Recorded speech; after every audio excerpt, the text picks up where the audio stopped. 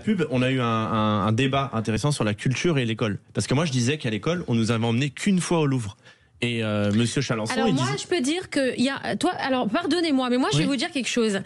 Toi, tu es parisien. Oui. Toi, t'es un vrai Parisien. Oui. Ici à Paris, vous êtes tous allés au Louvre, machin, etc. Mais moi, j'ai grandi dans le Var. Et je peux vous garantir que nous, dans le Var, toi, tu as eu la chance d'aller voir le Louvre au moins une fois dans ta vie. Mais nous, dans les villes du sud de la France, on n'emmène pas les élèves, ou très peu, du moins très très peu, les élèves visiter des monuments comme le Louvre. Tu vois, donc tu as eu cette chance-là. Tu as raison, mais moi, j'ai plusieurs années, j'en parlais il n'y a pas si longtemps avec Christian Estrosi, parce qu'on avait eu un projet d'exposition. Et Christian, il a ouvert beaucoup de musées. Il y a le musée Masséna, il y a plein de musées.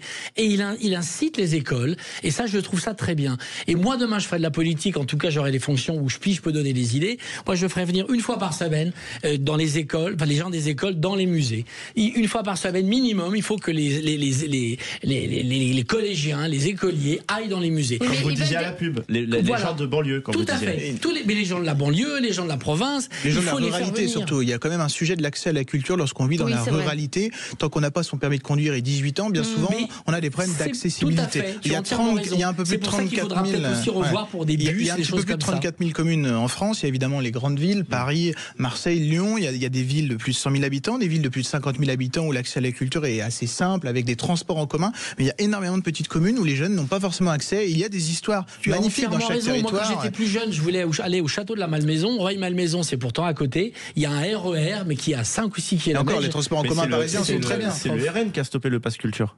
Non. On n'a pas stoppé le pass culture. Pourquoi on aurait stoppé le pass culture?